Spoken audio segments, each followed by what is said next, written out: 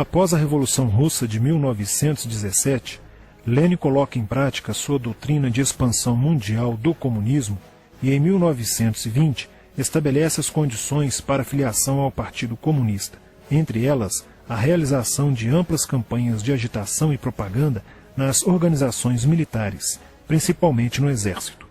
Em 25 de março de 1922, nasce o Partido Comunista do Brasil, o PCB. O novo partido aceitava as ordens diretas de Moscou. Em 1927, partindo da teoria à prática, o PCB criou uma frente única operária e iniciou um trabalho de infiltração nos quartéis, influenciando Luiz Carlos Prestes, capitão do Exército, a aderir ao comunismo, fato que se deu em março de 1931. Em abril de 1935, Prestes foi incumbido pela direção da Internacional Comunista de promover um levante armado no Brasil. O movimento tinha por objetivo derrubar o presidente Getúlio Vargas e tomar o poder. Liderados pela Aliança Nacional Libertadora, militares inclinados ao comunismo iniciaram a rebelião no dia 23 de novembro de 1935, dentro dos quartéis em várias partes do país. Mas devido à falta de organização dos ataques e à ausência do apoio popular, o exército derrotou os comunistas e evitou o golpe de Estado. Em seguida, Prestes é preso e perde a patente de capitão.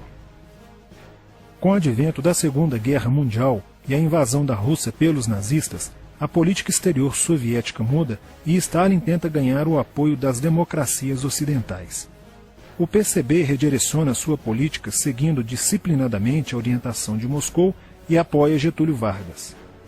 Após o final da Segunda Guerra Mundial, o PCB reinicia a agitação das massas populares e tenta desestabilizar o governo Dutra através de uma política conspirativa.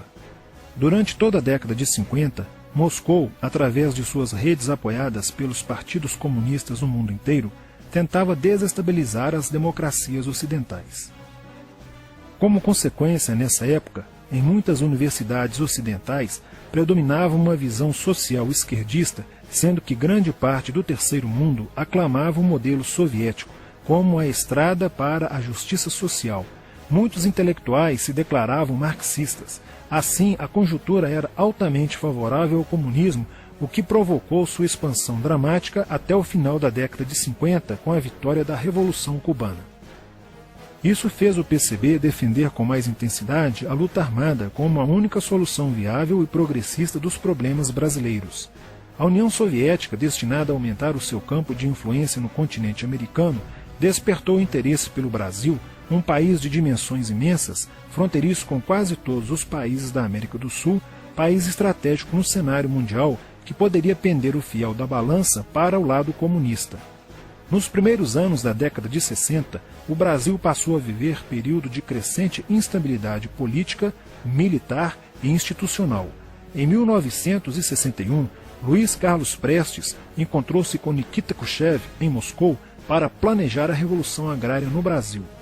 Neste mesmo ano, no governo de Jânio Quadros, o Partido Comunista Brasileiro enviou a Cuba, com apoio de Fidel Castro, dezenas de brasileiros para o treinamento político-militar, visando a preparação de quadros revolucionários para desencadear ações de guerrilha rural e urbana no Brasil.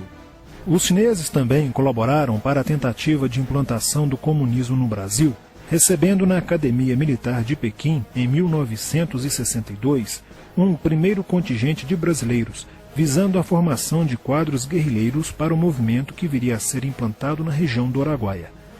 No Nordeste do Brasil, Francisco Julião organizava as ligas camponesas, com militantes treinados em Cuba. O apoio cubano concretizou-se no fornecimento de armas e dinheiro, além da compra de fazendas em Goiás, Acre, Bahia e Pernambuco, para funcionar como campos de treinamento.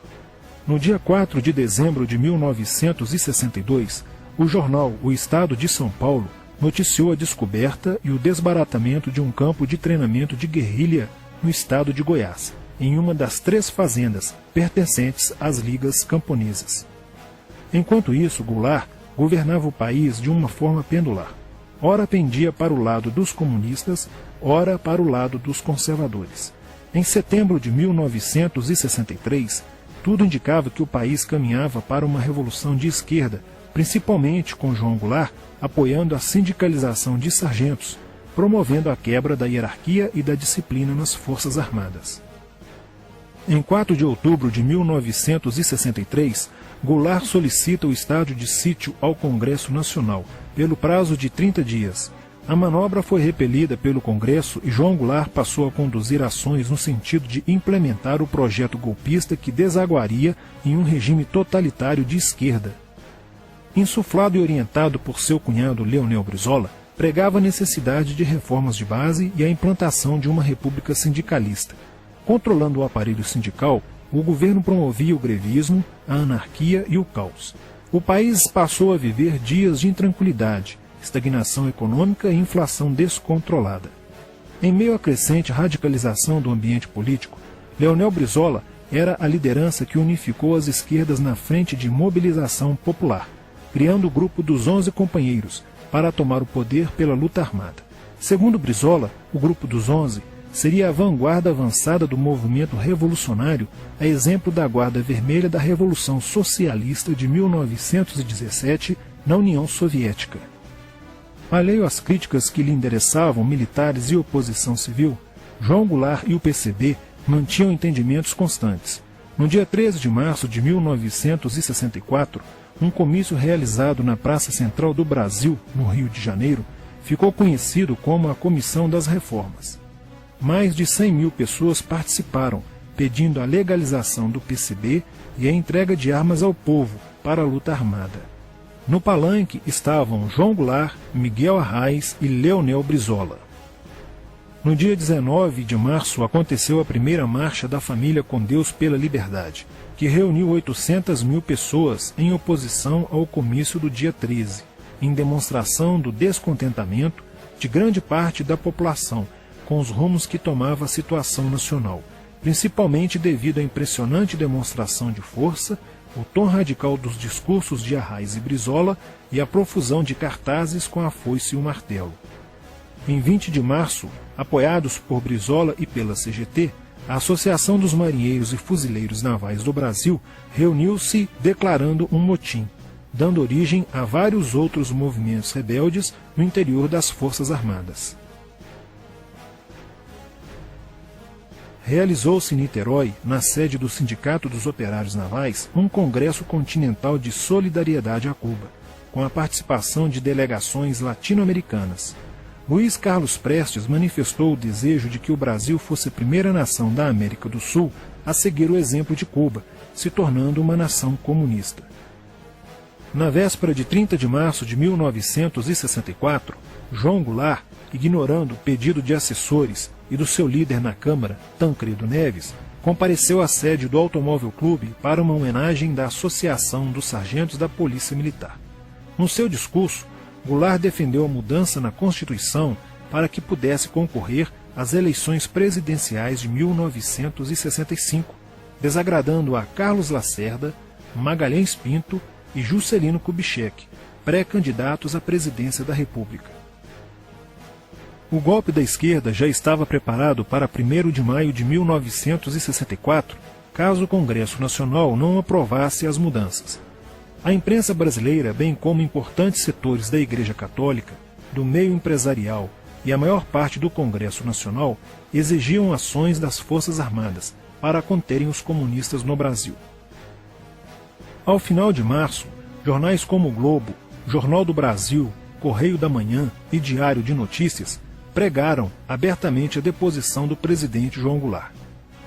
Nos bastidores dos acontecimentos, os serviços secretos dos Estados Unidos e da União Soviética trabalhavam intensamente, tentando cada um fazer a balança pender para o seu lado, não medindo esforços para levarem o Brasil a uma guerra civil.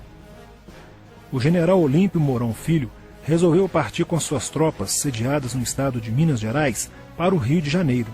O general Castelo Branco, ao saber disso, telefonou para Magalhães Pinto, governador de Minas Gerais, com o intuito de segurar o levante. O governador mineiro argumentou que, uma vez iniciada a revolução, seria um erro parar, pois alertaria as forças fiéis a Goulart, podendo agravar a situação.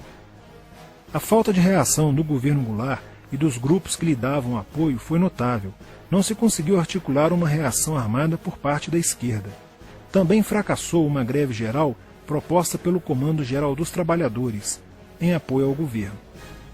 João Goulart, em busca de segurança, viajou no dia 1º de abril do Rio de Janeiro, onde se encontrava no momento da Revolução, para Brasília, e em seguida para Porto Alegre, onde Leonel Brizola tentava organizar a resistência. Mas João Goulart desistiu de um confronto militar com os revolucionários e seguiu para o exílio no Uruguai. No dia 2 de abril, o presidente da Câmara dos Deputados, Ranieri Mazzilli, assume provisoriamente a presidência da República e mais de 1 milhão de pessoas lotaram as ruas e praças do país para comemorar a vitória. No dia 11 de abril de 1964, o Congresso Nacional se reuniu para eleger o novo presidente da República. O general Castelo Branco, aclamado por grande parte da sociedade brasileira, apoiado pela imprensa e por importantes setores da Igreja Católica, além de contar com a aprovação de grandes líderes políticos, entre eles Juscelino Kubitschek, precisava de 238 votos para ser eleito em primeiro turno, e acabou recebendo 361 votos. No dia 15 de abril, Castelo Branco assume a presidência da República, consolida a vitória sobre o movimento comunista e renova as esperanças do povo brasileiro de ter um país com dias melhores. Porém, a esquerda derrotada colocaria em cena, nos anos posteriores, Carlos Marighella, ideológico comunista e defensor da luta armada, que submeteria o povo brasileiro às ações mais obscuras da guerrilha, o terrorismo.